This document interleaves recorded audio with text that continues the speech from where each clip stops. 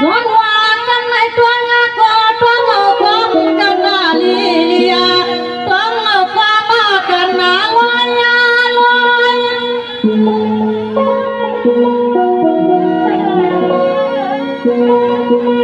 กำมาในนั้นข้าเดนีเสสัมลีเสงาวานาขันเสงากามาปอย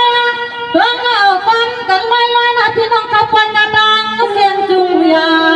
นางาตาก็มีความมังกลายวนตั้งเขายวนนานายนอ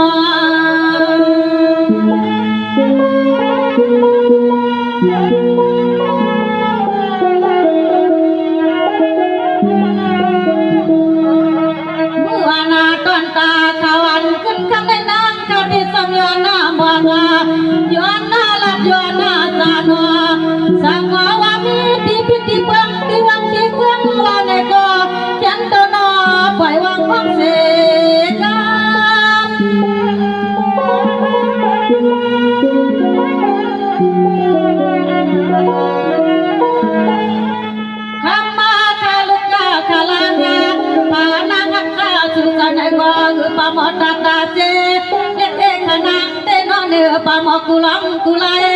กูไปที่นางข้าไปวางสามาดึกพึ่งละพึ่งพอนางเขาได้ยังไปปอตังบอบั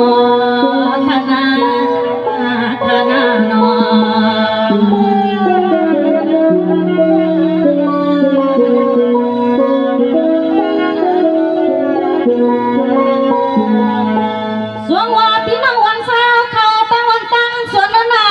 ปีปันนี้ไม่มีวันน้ำเมียวไหลลานา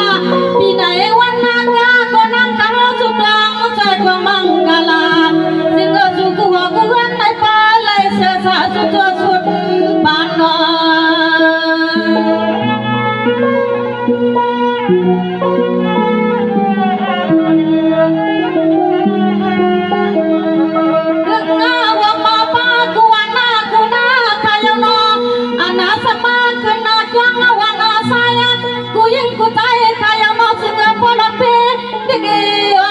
สุดดังป่า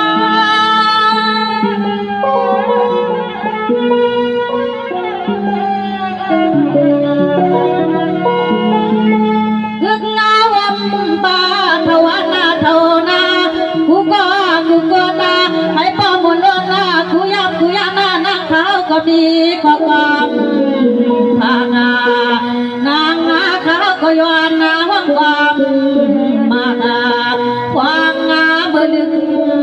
เย็นข้างในน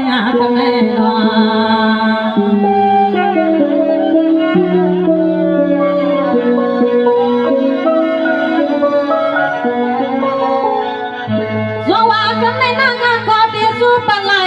นาพอเจนาหัวมาตาคุณโพโลเมกุกดดังเสียงจุยานังข้าวบังกลาบันให้จีกุนางคุณวา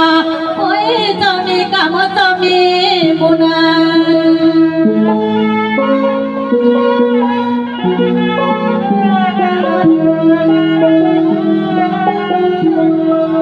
างเขาก็มีความงามยังไงยังไม่วันน่าใจสุดดังลองสมสุกุกกุวันน้ำมังกะจึงเจ้าพอเจ้าบังเป็นบ้า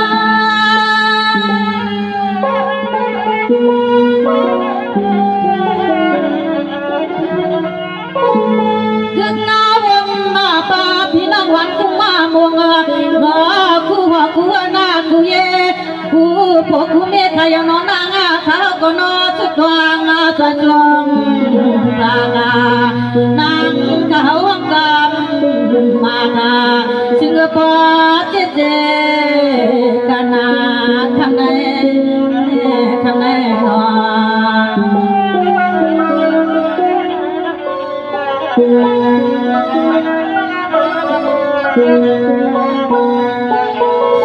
ว่าพี่น้องว่าเขาตั้งน้ำตั้งลายนาจมกันน้ำยานาลายนาลายเมียวนานางเขาสุดดังที่ปล่อยลูกยังในยานาสิงคโปร์เลยเสือสา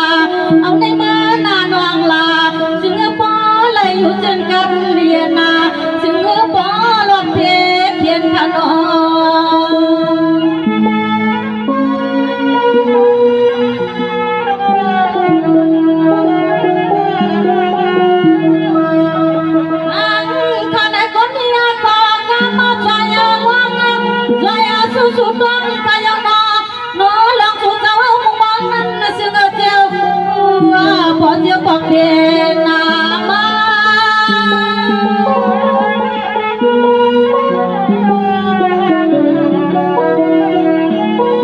คืองาวันมาป้าเจ้าหันเจ้าอาเสียนากูอาเจ้าอากูก็กูกลัวนาให้ป้าบนล้นนากูย้ำนานางเท้าสุดดวงใจกว้างมังกลาจึงก็คำจะพอและเชื่อสาสุดดาจุดปานาธนาโน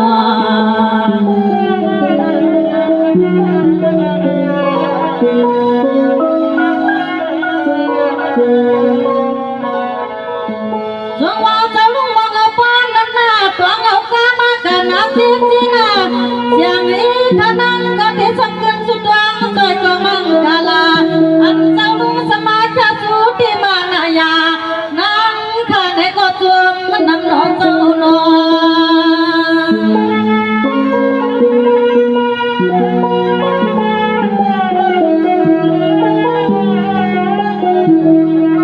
โอ้ยยาเจ้าลุงอาบวางนาปนานาทำมาเจ้าวางลองสั่งงาก็ไล่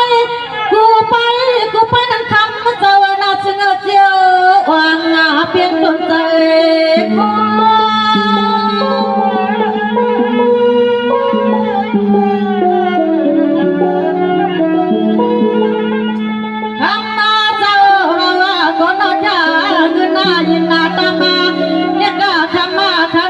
คเดชเมียขอกามาใจสุดดวงใจวางมังกลาจึงคำมาเจ้าลุงสปอและเชื่อสาเมื่อนาเขากายาคำมาเจ้าลุงสมหวังลองเลยก็สึงปอเลยอ่องยาเพียงก็ตัวเดียวใจขนา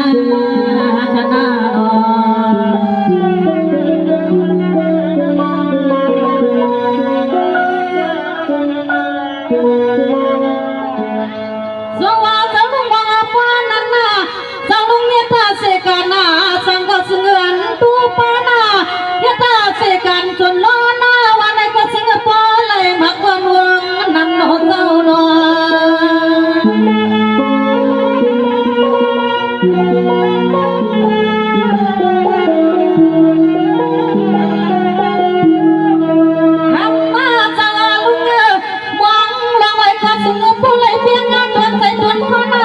ยิ่งงานเล่นนั่งเขาสุดวัง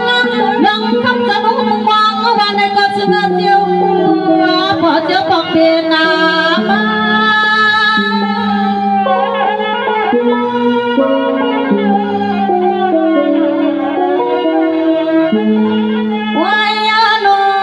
จนมาเด็กขายนอเจ้าลุง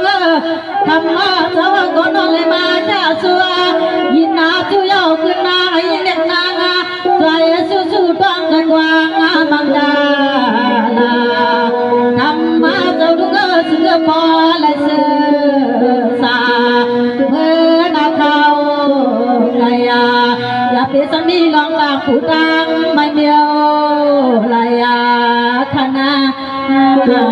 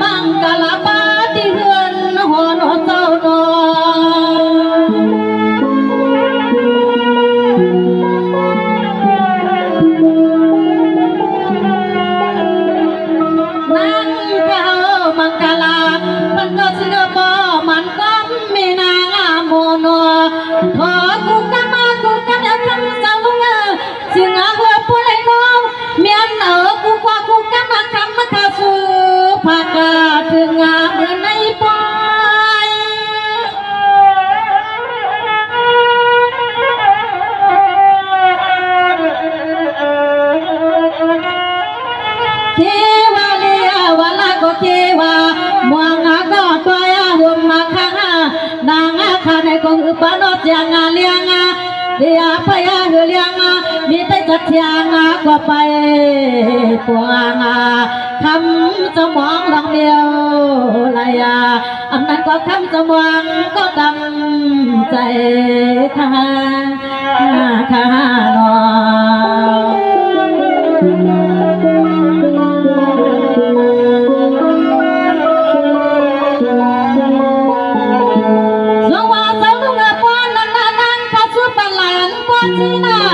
ว่างาเสลูกลังนั่งมีวันในกอดเสียวเสียวเลยตัวบ้านตัวขันมาจะลุงชมวังก็อยู่เปียวในกอดเสียวเสียวขันนอ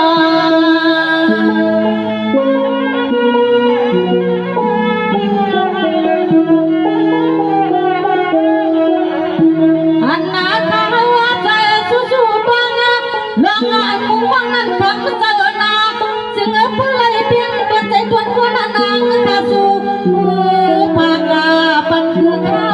ยาม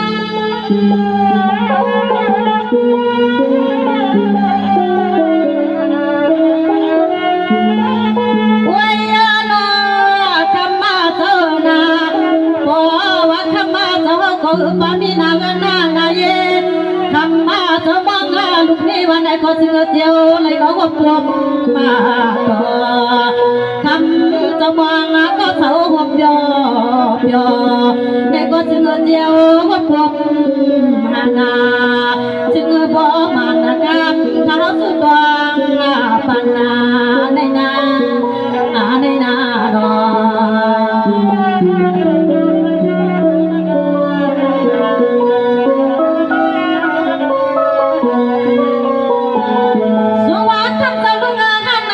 ปันเสียยิงเฮาหน้านางเฮากำลักกางมังกาใหญ่อันพุกตัวในนางกาเด็กจะตั้งน้ำกามลือตามยามังกาลาปันคุกก็คุกคนก็น้อยที่ดับในใจนอ